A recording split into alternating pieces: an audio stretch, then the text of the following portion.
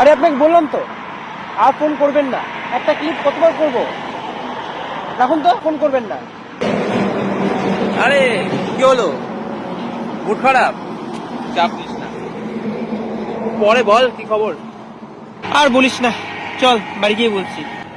ছোট থেকে বাবা বলতো, ছেলে তুই, তোকে ভালো রেজাল্ট করতেই হবে, নাহলে জব পাবি না। আরে আমি চাই না জব করতে, আমি বিজনেস করতে চাই, ক্রিকেট খেলতে চাই। আরে নেক্সট ইয়ার তোর বাবা রিটায়ারমেন্ট, এত লোনস, এত ইএমআই, বাড়ি ভাড়া, কি হবে এসবের? কি করব তুই বল না? বাবার স্বপ্ন পূরণ করতে নিজের স্বপ্নগুলো গলায় টিপে মেরে দেবো? তাহলে বলতো কেন? যা ইচ্ছা তাই কর। একটা কল আসছে, wait.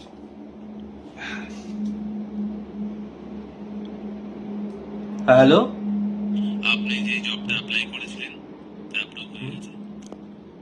ভাই চাকরিটা পেয়ে গেছি। শুনুন, হ্যাঁ? আপনার চাকরিটি এখনো কনফার্ম হয়নি। কেন? জয়েনিং এর আগে 30,000 টাকা জমা দিতে হবে। 30,000 টাকা লাগবে? আমি পারবো না, ফর্মে তো এমন কোনো কথা লেখা ছিল না। আপনারা, হ্যালো,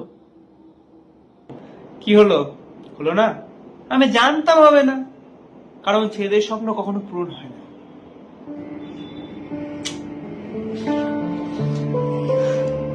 সামনে আমার বিয়ে, লোন নিয়েছিলাম এই চাকরির আশায়। শ্বশুর মশাই বলেছিলেন সরকারি চাকরি ছাড়া বিয়ে দেবে। আমি বলেছিলাম খুব সুখে রাখবো আপনার মেয়েকে। উনি বলেছিলেন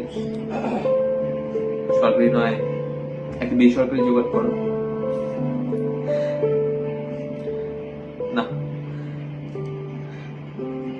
মনে হয় তাও আর হবে না। দেখ, তোর চাকরি আর আমার ব্যবসার স্বপ্ন জীবনে পূরণ হবে।